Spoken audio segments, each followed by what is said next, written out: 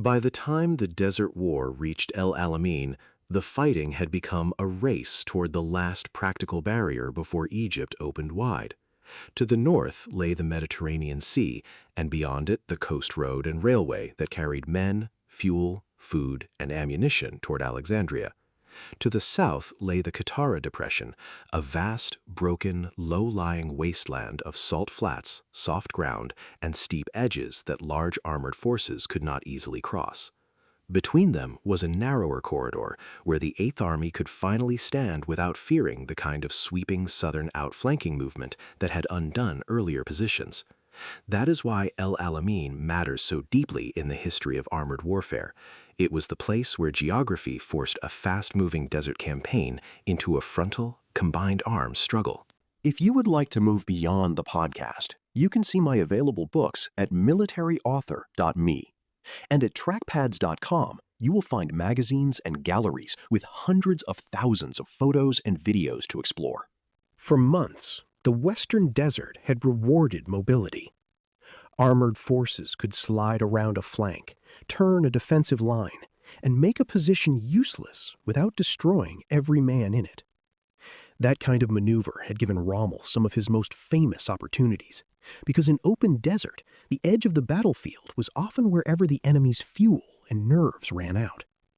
A line that looked strong on paper could become dangerous to hold if its southern end hung in empty space.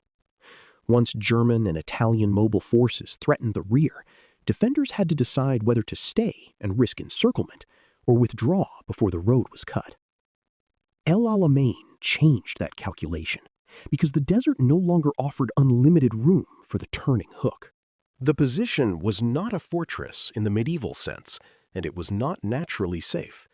It was a strip of desert, roughly anchored by the small railway halt and coastal settlement of El Alamein in the north, then stretching southward through ridges, stony ground, depressions, and tracks toward the impassable barrier of Qattara. Still, for an army retreating after Tobruk and Mersa Matruh, that strip had one priceless quality. It had ends. The sea blocked one flank, and the depression guarded the other. A commander could still be beaten there, but he was less likely to wake to find that the whole front had been bypassed in the night. In armored warfare, that difference mattered enormously, because tanks are most dangerous when they combine shock with freedom of movement. For Rommel, the narrowing of the battlefield turned success into a new problem. His Panzer Army Africa had reached Egypt with momentum, reputation, and confidence, but also with worn vehicles, tired crews, and a supply line stretched back across hundreds of miles of desert. His method depended on finding weakness, moving fast, and forcing the enemy to react before the enemy could coordinate. At El Alamein, those habits could still be useful, but they were harder to translate into decisive victory. The German and Italian armor could attack, probe, and counterattack, yet the grand sweep around the British left flank was no longer available in the old way.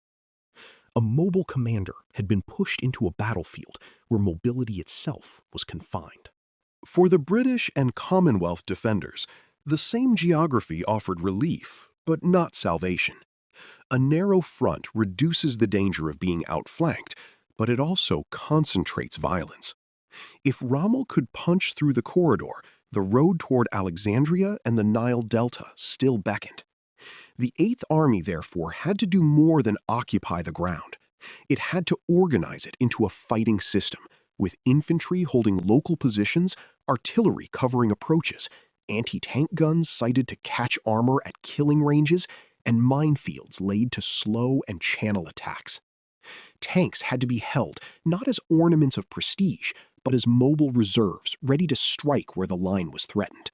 The lesson was already clear. El Alamein would be won by an army, not by tanks alone.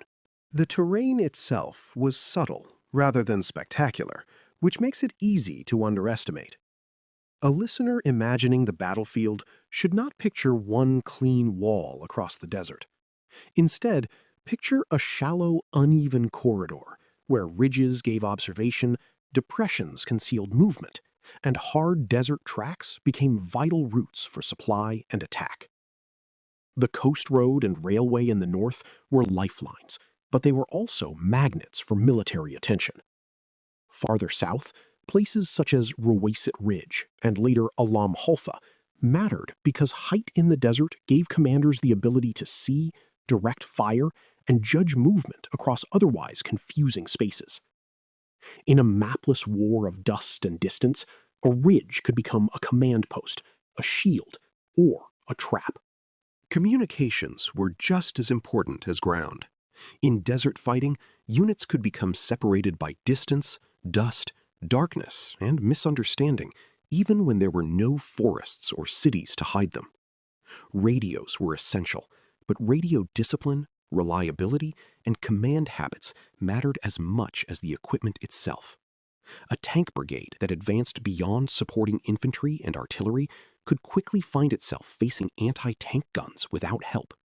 Infantry that held a position without armor nearby might be crushed by a concentrated counterattack. Artillery that lacked timely information could fire impressively without shaping the battle. El Alameин's narrower front made coordination easier than in the open desert, but easier did not mean easy. The defenders still had to turn geography into teamwork. The Axis forces also had to fight as a combined arms army, and they remained dangerous because they were skilled at doing so. German anti-tank guns, especially when concealed and integrated with armor and artillery, had repeatedly punished British tank attacks.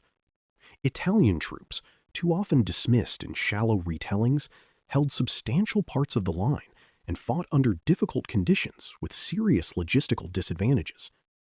Rommel's army was not a simple mass of panzers waiting to charge. It was a mixed force of German and Italian infantry, guns, engineers, armored units, reconnaissance troops, and supply columns trying to keep a moving campaign alive. At El Alamein, however, that mixed force had to defend and attack under the pressure of distance, shortages, and the growing weight of Allied air and material power. The British position at El Alamein also mattered because of what lay behind it. Alexandria was not just a city, it was a great harbor and a symbol of British power in the eastern Mediterranean. The Nile Delta was not just farmland, it was a dense, vital region whose loss would have shaken Allied strategy in the Middle East. The Suez Canal was not just a waterway, it was a global artery connecting the Mediterranean with the Red Sea and beyond. When the Eighth Army stopped at El Alamein, it was defending more than a patch of desert. It was defending the structure that allowed Britain and its allies to remain connected across theaters of war. That gave the battlefield a strategic weight far greater than its sparse appearance suggested. The first fighting around El Alamein in July 1942 showed both the value and the difficulty of the position. The Axis advance was halted, but not by a neat, effortless defense. Instead, exhausted formations on both sides collided in a series of attacks and counterattacks that revealed how much the Eighth Army still had to learn. British and Commonwealth units could fight stubbornly, but coordination often faltered. Armored attacks still risked being launched without enough infantry, artillery, or anti-tank support. Local successes could become isolated, and isolated successes could become expensive. The line held, but it held through strain, improvisation, and sacrifice. That is important because El Alamein's later victory did not emerge from geography alone. It emerged from hard lessons learned while defending that geography. For armored warfare, El Alamein sits at a turning point between the romance of maneuver and the discipline of preparation. Earlier desert battles had often seemed fluid, almost like naval engagements on land, with armored columns searching for advantage across a vast open space. At El Alamein, the same machines entered a different kind of battle. Minefields became major obstacles. Engineers became central actors. Artillery preparation mattered deeply. Infantry had to open and hold the way. Armor had to be committed with care because a narrow battlefield filled with guns and mines could devour tanks faster than commanders expected. This was still mechanized war, but it was mechanized war forced into a controlled corridor where operational speed had to be built patiently before it could be released. The narrowing of the battlefield also changed the moral atmosphere of the campaign. Retreat had a corrosive effect on armies. Each withdrawal raised the fear that another withdrawal would follow, and every abandoned dump or disabled vehicle reminded soldiers that the enemy was dictating the tempo. At El Alamein, the Eighth Army gained a line that could be explained, defended, and believed in. That mattered because morale is not separate from military effectiveness.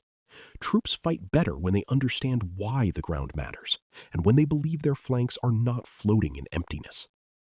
Commanders could tell their units, in practical terms, that this was where the sea and the depression made retreat less necessary and resistance more meaningful. The line gave the army a physical anchor and a psychological one. Yet it would be misleading to imagine that El Alamein made British victory inevitable. A strong position can encourage overconfidence, and a narrow front can become a place where attacks are predictable. Rommel still had experienced troops, capable commanders, and a talent for punishing mistakes. The British still needed time to rebuild, rearm, train, and think through how to conduct a deliberate battle. They needed to accumulate tanks, not merely count them, to stock ammunition, not merely plan barrages, to prepare routes, not merely draw arrows on maps. The last line in Egypt bought time, and time became the essential resource. Without that time, there would be no mature offensive in October, no carefully staged break-in, and no eventual breakout from the desert stalemate. El Alamein, therefore, deserves its place in the story of tank warfare, not because it was a perfect defensive position, but because it changed the problem that both armies had to solve. It took a campaign of wide desert flanking moves and compressed it into a battlefield where combined arms, supply, engineering, artillery, air support, and command discipline became decisive. It denied Rommel the easy geometry of the open flank and gave the Eighth Army a chance to transform survival into method. The sea to the north and the Qattara Depression to the south did not win the battle by themselves. They created the conditions in which an army could stop running, learn, prepare, and eventually strike. That is the meaning of the last line in Egypt, not a wall that saved the British automatically, but a narrow space where the future of the Desert War could finally be contested on terms the defenders could endure. You've been listening to Famous Tank Battles. These battles were never just about machines. They were about doctrine, terrain, firepower, logistics, and the hard problem of turning shock into victory. For more military history writing and books, visit militaryauthor.me. And for magazines, podcasts, and a massive archive of military photos and video, visit trackpads.com. Thanks for listening.